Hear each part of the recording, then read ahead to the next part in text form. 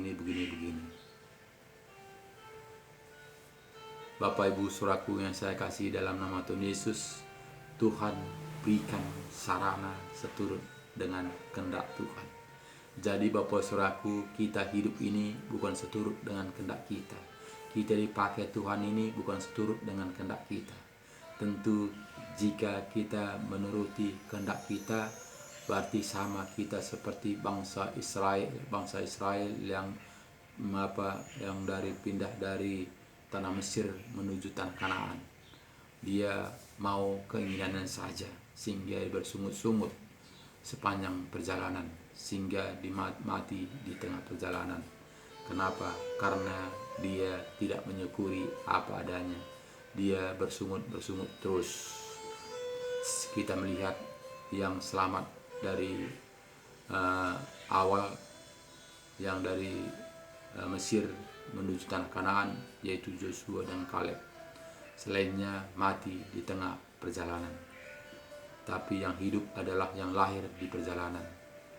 Jadi begitulah sering kita ini Bapak Saudaraku, walaupun mungkin kita Kristen semenjak lahir, bahkan dari nenek moyang kita, belum tentu bisa saja kita sama seperti bangsa yang berangkat dari tanah Mesir ke tanah Kanaan, mati di tengah perjalanan. Jadi Bapak Saudaraku, kita ke Kristen ini bukan baru atau lamanya, tapi siapa yang membuka hati menerima Yesus menjadi juru selamat pribadinya, melakukan firman Tuhan taat dan setia, itu sebagai jaminan. Karena kita dijamin dengan Roh Kudus. Roh Kudus menuntun kita, Roh Kudus mengajari kita, Roh Kudus membukakan rahasia-rahasia kebenaran firman Tuhan. Jadi Bapak Saudaraku, saya melakukan pelayanan saya Bapak Saudaraku, saya mengusir setan itu dulunya awalnya saya Saudaraku tidak mengerti. Sehingga kami mungkin ada 10 orang untuk mendoakan orang-orang kesurupan, ada megang kakinya, ada megang tangannya, ada semua tubuhnya dipegang. Kuat supaya dia tidak melawan. Ternyata ketika dia merontak Saudaraku, semuanya kami yang memegang itu tercampak semua. Kenapa? Karena yang kami andalkan adalah pikiran kami. Yang kami andalkan adalah logika kami. Jika kami memegangnya dengan erat-erat, pasti dia tidak bisa berkutik lagi. Itu kami pikirkan. Karena apa? Karena kami dulu semangat tapi belum dituntun dengan Roh Kudus. Tapi Bapak Saudaraku, ketika saya dituntun Roh Kudus, Tuhan berkata dalam roh saya, dia mengatakan, cukup kamu ambil air putih ini, kedoakan air putih ini, lalu kamu tepakkan air putih ini ke dahinya, dia akan jatuh. Tidak sesusah yang saya pikirkan dahulu Bapak Saudaraku. Karena apa? Karena Roh Tuhan bekerja. Banyak kali kita ini Saudaraku, kita mengerjakan pekerjaan Tuhan seturut dengan kehendak kita, seturut dengan kemauan kita, seturut dengan kemampuan kita. Bapak Ibu Saudaraku yang saya kasih dalam nama Tuhan Yesus, kita melakukan kebenaran firman Tuhan ini bukan dengan kepintaran kita, bukan dengan logika kita, tapi dengan tuntunan Roh Kudus. Roh Kuduslah yang menyuruh kita. Roh Kuduslah yang mengandalkan kita. Roh Kuduslah yang menguasai kita. Sehingga semuanya itu akan berjalan seturut dengan kehendak Tuhan. Jika kita melakukan kebenaran firman Tuhan dengan seturut dengan kehendak kita, tentu kita lakukan seturut dengan kehendak manusia. Makanya banyak saat ini orang Kristen melakukannya seturut dengan kehendak manusia, menyenangkan hati manusia, menyenangkan daging manusia. Kamu akan diberkati berlimpah-limpah ruah. Sehingga manusia saat ini jika dekat pada Tuhan, rupanya hidup ini berlimpah-limpah, sehingga supaya hidup ini bersenang-senang. Jadi Bapak Saudaraku, bukanlah seperti tafsiran bangsa Israel. Tafsiran bangsa Israel begitu, raja di atas segala raja, akan lahir. Tafsiran manusia, tafsiran bangsa Israel, Tuhan, anak Tuhan lahir pasti akan di awang-awang seperti pila emas terlihat. Begitulah menurut pikiran-pikiran bangsa Israel, sehingga dia tidak percaya Yesus itu adalah juru selamat dilahir di kandang domba. Jadi Bapak Saudaraku, seringkali kita pakai logika kita pakai rasio kita pakai pikiran kita, bukan kita pakai firman Tuhan, bukan kita mengikuti firman Tuhan. Memang jika kita memakai dengan logika kita, mana mungkin raja di atas segala raja lahir di kandang domba. Itu tidaklah mungkin, tidaklah logika. Jika raja di atas segala raja, tentu dia di atas awang-awang. Dia akan kita melihat pila bertahta emas dan berlian. Itu jika raja di atas segala raja. Tentu itu pikiran-pikiran bangsa Israel. Ternyata raja di atas segala raja lahir di kandang domba. Tentu tidak masuk di akal. Makanya Bapak Saudaraku, sampai saat ini manusia yakin tidak yakin firman Tuhan ini. Bahkan banyak manusia mengatakan, ya firman Tuhan ini kan karangan manusia. Nah, kan apa? Karena yang berpikir logika kita, yang bekerja itu otak kita. Bukan kita praktekkan firman Tuhan ini dan lakukan, imani, tapi kita lebih dahulu memprotes, lebih dahulu kita mengkritiki, lebih dahulu kita komplain. Banyak alasan yang kita lakukan. Ya memang begitulah, memang saudaraku, semua manusia, memang dari Adam dan Hawa kita selalu komplain. Kita selalu buat alasan. Bahkan kita melihat bagaimana si Hawa makan buah kayu. Adam, di manakah engkau? Bukan Tuhan itu tidak melihat di mana Adam berada. Tuhan tahu. Tapi mau Tuhan itu jawaban Adam. Ternyata Adam mengatakan, aku takut, aku malu karena aku telanjang. Sehingga dia lari, sehingga dia semat bulung daun ara untuk menjadi pakaiannya. Jadi Tuhan mengatakan, kenapa kau makan buah kayu itu? Kenapa kau makan buah terlarang itu? Bukan aku yang mengasih, buang ambil Tuhan, tapi perempuan yang memberikan kepada aku.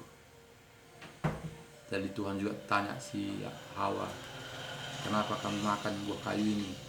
Tapi Hawa menjawab, si ular yang mengasihi aku, lu ular yang memujuk-mujuk aku. Itulah manusia, tetap punya alasan.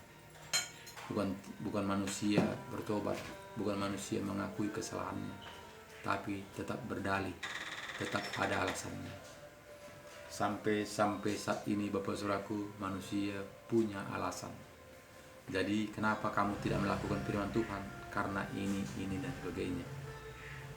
Kenapa kamu makan darah? Karena kita disuruh Tuhan menguasai isi dunia ini. Semua boleh makan, kecuali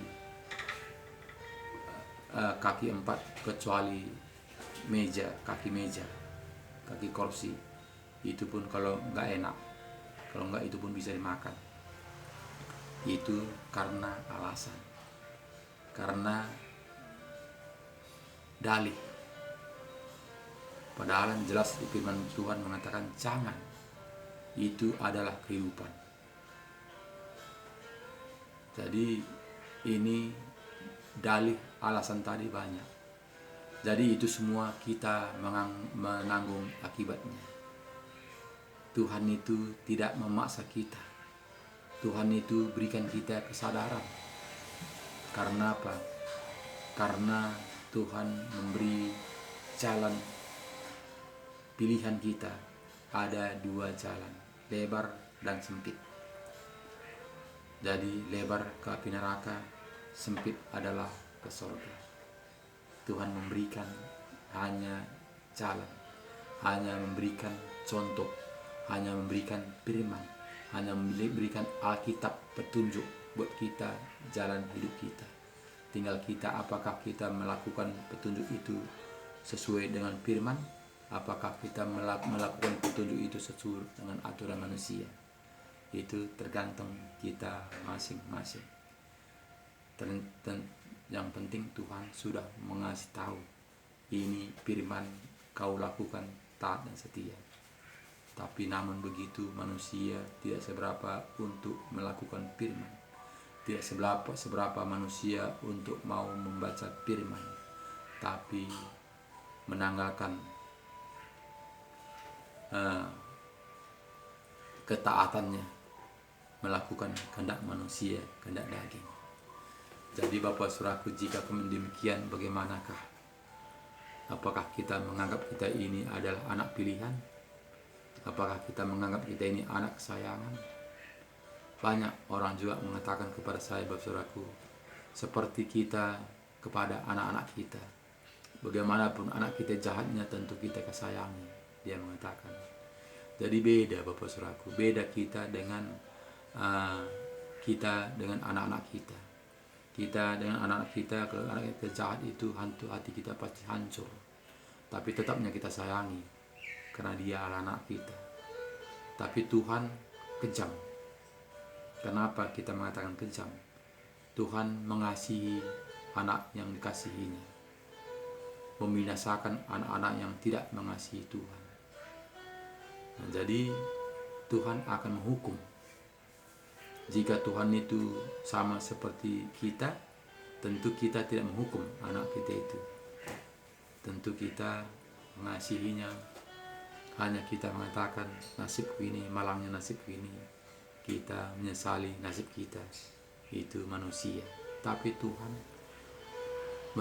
mengatakan, enggakah kau tahu jika engkau tidak melakukan firman-Ku, apakah kau enggak tahu bahwa bisa batu-batu ini menjadikan menjadi anak-anak Abraham, katanya. Kenapa? Karena manusia berdalih, Bapakku Abraham. Itu manusia berdalih mengatakan. Bahkan Tuhan Yesus mengatakan, tidakkah engkau tahu batu-batu ini bisa diubah menjadi keturunan Abraham? Dia mengatakan. Jadi Bapak Saudaraku, kita tidak punya alasan. Apapun yang kita alasan itu, Tuhan tahu.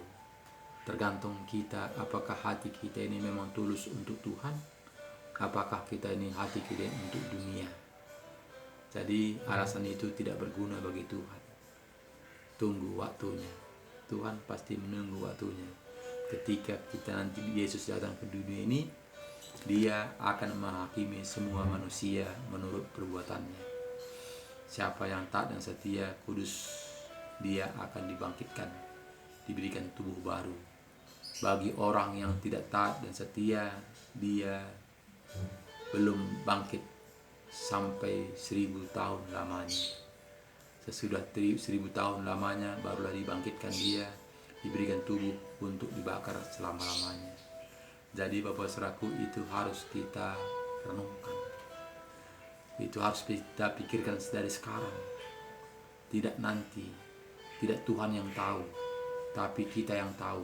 Karena apa? Karena Tuhan sudah memberi petunjuk, sudah memberi surat, sudah memberi Alkitab.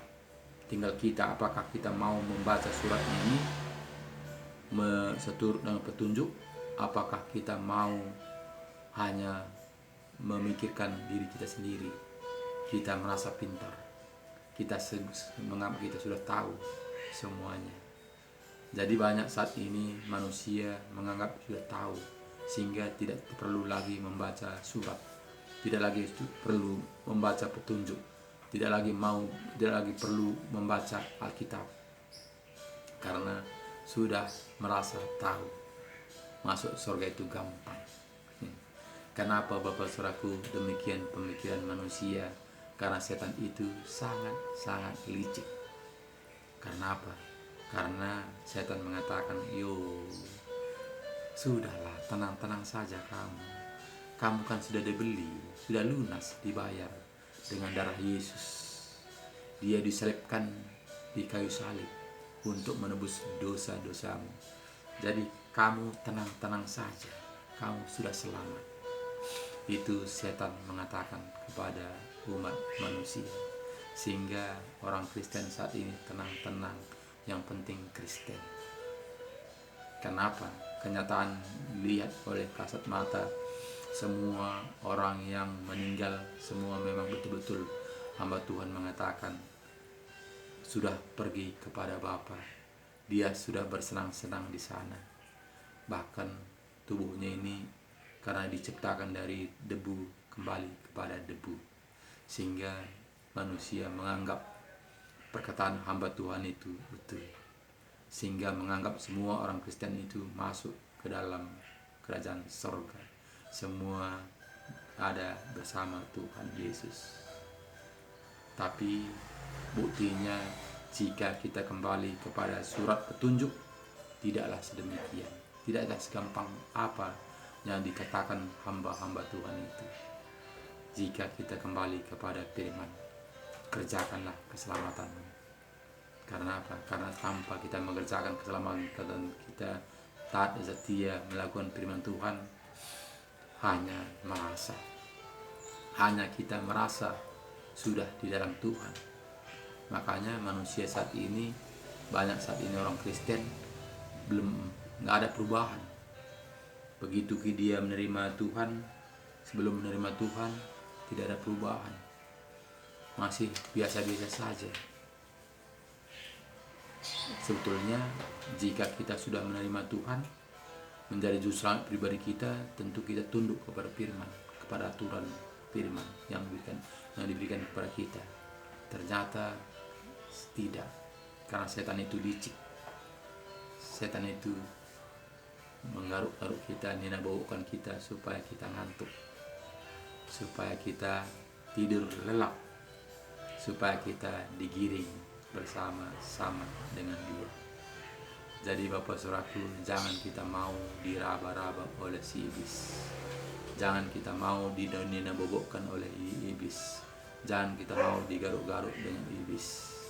Jangan kita mau lelap tidur karena digaruk-garuk si iblis. Kita nina-bobokkan. Kita digiring perlahan-lahan tapi neraka.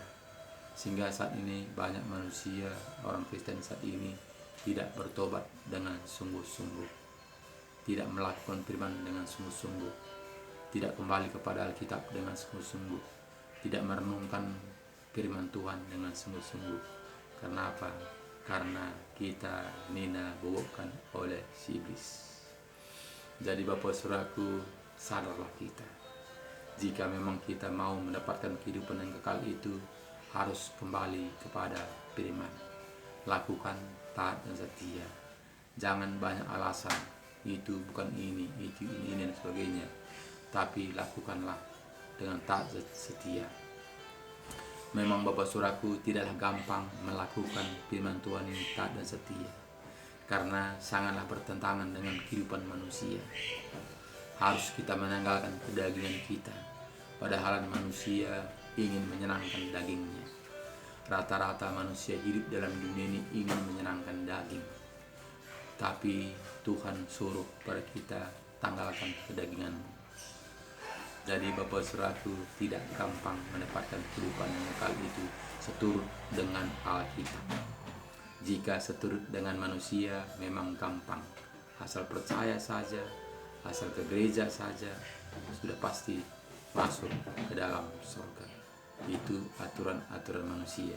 Tapi aturan-aturan firman Tuhan bukan sedemikian rupa. Tapi kita harus melakukan apa yang Tuhan kerjakan. Di mana Tuhan mengatakan di Yohanes 14 ayat 12, jika engkau percaya kepadaku, engkau melakukan pekerjaan-pekerjaan yang aku lakukan. Bahkan lebih dari itu engkau kerjakan, sebab aku pergi kepada Bapa. Jadi Bapak Saudaraku, lebih dari itu kata Tuhan.